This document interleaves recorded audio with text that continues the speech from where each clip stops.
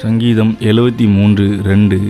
என் கால்கள் தள்ளாடுதலுக்கும் என் அடிகள் சறுக்குதலுக்கும் சற்றே தப்பிற்று.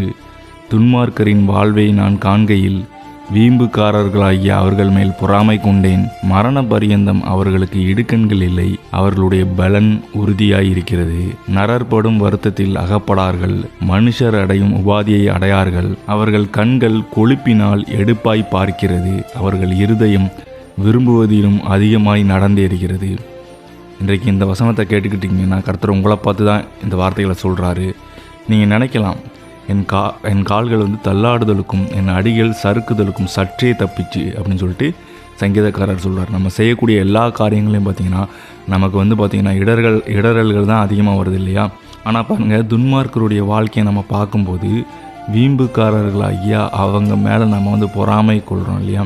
ஏன் அவங்க எப்படி இவ்வளோ நல்லா வாழ்கிறாங்க? அவங்க கெடுதல் மட்டும்தான் பண்ணுறாங்க, நம்ம நல்லது பண்ணியுமே நமக்கு எதுவுமே நடக்க மாட்டேங்க, எல்லாமே சர்க்கிள்களாக இடரல்களாக தான் நம்மளுடைய வாழ்க்கையில் இருக்குது அப்படின்னு சொல்லிட்டு வீம்புக்காரர்களை பார்க்கும்போது நம்ம அவங்கள பார்க்குறத பொறாமை கொள்ளுவோம் இல்லையா? மரண பரியந்தம் அவர்களுக்கு இடுக்கண்கள் இல்லை, அவர்களுடைய பலன் உறுதியாக இருக்கிறது அப்படின்னு சொல்லிட்டு நம்ம கெட்டது செய்யக்கூடியவங்களை பார்க்கும்போது நமக்கு அப்படி ஒரு ஏக்கம் எப்போவுமே எல்லாருக்குமே இருக்கும் இல்லையா? இது யாருக்குமே இல்லாத ஒன்றும் இல்லை, எல்லாருக்குமே இருக்கும். நம்ம நல்லது பண்ணி என்னத்தை பண்ண பாரு, அவன் பாரு எவ்வளோ நல்லா ஜாலியாக வாழ்ந்துக்கிட்டு இருக்கான், அவனுக்கு மரண பரியந்தம் ஒரு கெடுதல் நடக்க மாட்டேங்குது அப்படின்னு சொல்லிட்டு நம்ம நினைப்போம். நரர்படும் வருத்தத்தில் அகப்படார்கள், மனுஷர் அடையும் உபாதியை அடையார்கள், அவர்கள் கண்கள் கொழுப்பினால் எடுப்பாய் பார்க்கிறது இப்படின்னு சொல்லிட்டு நம்ம கெட்டது நினைக்கிறவங்க, கெடுதல் பண்ணுறவங்கள பார்க்கும்போது நமக்கு தோணலாம். ஆனால் கவலையே படாதீங்க, அவங்க ரொம்ப காலத்துக்கு நல்லா இருப்பாங்க நீங்கள் நம்புறீங்க அப்படின்னா அதுதான் பெரிய தப்புன்னு சொல்லிட்டு சங்கீதக்காரர் சொல்கிறாரு. நிச்சயம் கர்த்தர் உங்களுக்காக தான் நிற்பார், அவங்களுக்காக நிற்க மாட்டார்.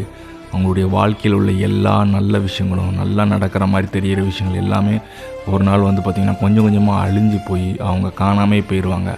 அவங்க காற்று பறக்கடிக்கிற பதரை போல் தான் இருப்பாங்களே தவிர நீங்கள் வாழக்கூடிய வாழ்க்கையை அவங்க வாழ மாட்டாங்க. நீங்கள் பனைமரத்தை போல் நீங்கள் செழிப்பாய் வாழக்கூடிய வாழ்க்கையை வாழுவீங்க. நம்புனீங்கன்னா ஆமேன்னு சொல்லுங்கள். ஆமேன்.